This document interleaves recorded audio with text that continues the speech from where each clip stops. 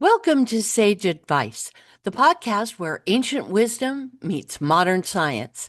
Here we explore herbal medicine, natural health, and the fascinating ways our bodies are designed to heal and thrive. From the microbiome to medicinal plants to plant oils, we'll uncover practical insights that help you understand your personal health in a whole new way. I'm Karen Mallinger, the Herb Gal, and I'm so glad you're here. So let's learn, grow, and together, let's get better. Don't forget to hit the like and subscribe buttons so you won't miss a thing. Hi, everyone. Is it just me, or is it everywhere you look, someone is selling a gut health solution?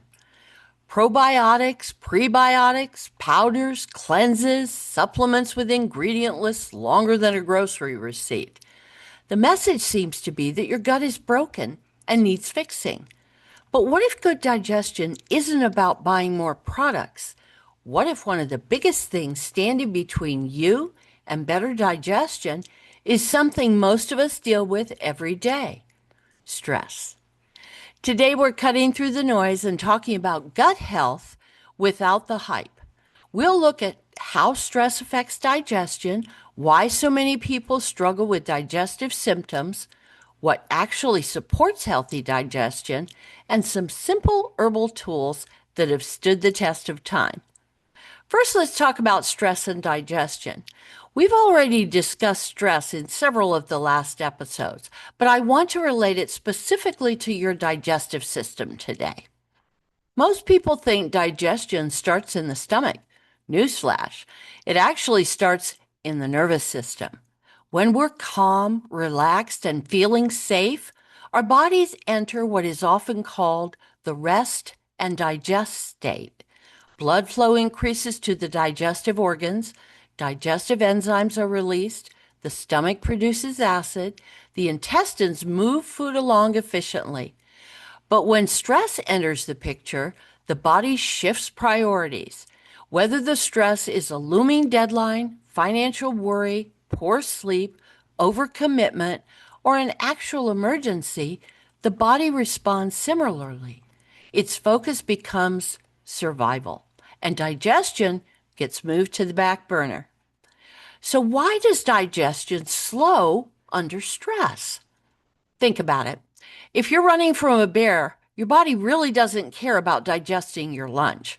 Stress hormones redirect blood flow away from the digestive tract and towards the muscles, heart, and brain. Over time, chronic stress can contribute to bloating, gas, heartburn, constipation, diarrhea, food sensitivities, feeling full quickly, and general digestive discomfort. And many people spend years searching for the perfect supplement while never addressing the stress piece of the puzzle. Let's talk about bloating for a moment. Is it always a sign that something is wrong? If you spend any time on social media, you may have been led to believe that feeling bloated for even 5 minutes means your gut is in crisis. The truth is, some degree of bloating can be completely normal. Digestion is an active process. Food, fluids, digestive secretions, and gas all move through the digestive tract throughout your day.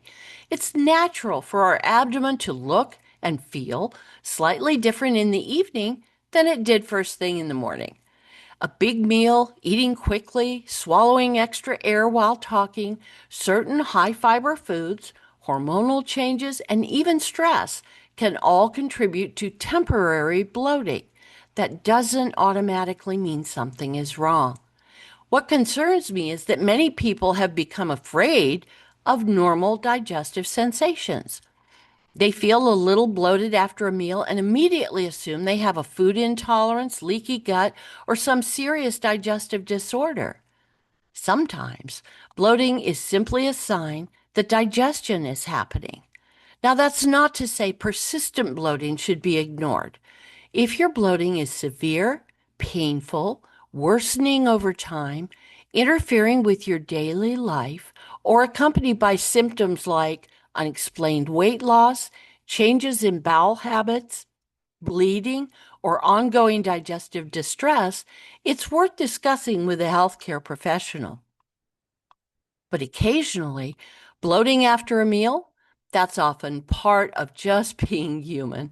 And sometimes the pressure to have a perfectly flat stomach creates more stress than the bloating itself. Instead of asking, how do I never feel bloated again? A better question might be, is my digestion functioning well overall? Because perfection isn't the goal. A healthy digestive system isn't one you never notice. It's one that generally does its job without causing ongoing problems. Your gut and nervous system are in constant communication. You can't fully support one while ignoring the other. The good news? Digestion often responds well to simple habits, and some of the most powerful digestive supports cost nothing. Here are some herbal tips. Sitting down to eat. Don't eat while driving or standing. It's very bad for the digestion. Taking a few short, slow breaths. This is a simple stress relieving technique to use anytime, but especially before eating and before bed. Chewing thoroughly. I spent 20 years in the Navy and learned very quickly to gulp my food or go without. This is not a good idea. Avoiding multitasking while eating. Put the phone down. Eating at regular times. We've discussed how the body loves to work on a schedule and a rhythm. Try to have a set time to get quiet and eat. Creating a calm mealtime environment. Chaos is very bad for digestion, so how about a little happy conversation? This is not the time to discuss politics. These small habits send a message to the nervous system. It's safe to digest, and that matters more than many people realize. Let's talk about the forgotten power of bitters. One of my favorite traditional herbal tools is bitters. Bitters are herbs that stimulate the bitter receptors on the tongue. When we taste bitterness, the digestive system wakes up, digestive secretions increase, and the body begins preparing for food before the first bite even reaches the stomach. Traditionally, bitters have been used to support appetite, digestive enzyme production, healthy stomach acid levels, occasional bloating, and general digestive discomfort. Some of the common bitter herbs include dandelion root, gentian, burdock root, and artichoke leaf. Or get some herbal bitters in tincture form and take them before meals. I know an herbalist who can make them for you. The key is taking bitters shortly before meals, about 30 minutes. Sometimes a simple bitter herb can do more than an expensive digestive product. Do you really need all those supplements? The supplement industry has convinced many people that gut health comes in a bottle. Don't get me wrong. Sometimes supplements are appropriate, but more is not always better. Many people purchase multiple probiotics, digestive enzymes, greens powders, gut repair formulas, fiber blends, all at the same time. Before investing heavily in supplements, ask yourself these questions. Am I eating regularly? Am I chewing my food thoroughly? Am I managing my stress? Am I sleeping well? Am I eating enough whole foods? Supplements can be helpful tools, but they should not replace foundational habits. Good gut health isn't built from a shopping cart. It's built from daily practices. Long before probiotic capsules existed, people ate fermented foods. Many traditional cultures regularly included sauerkraut, kimchi, kefir, and yogurt. Fermented foods introduce beneficial microbes while also connecting us to traditional food preparation methods. You don't need huge amounts. Even small servings can be a simple way to add diversity to your diet. As always, listen to your body and introduce them gradually if you're not used to eating them.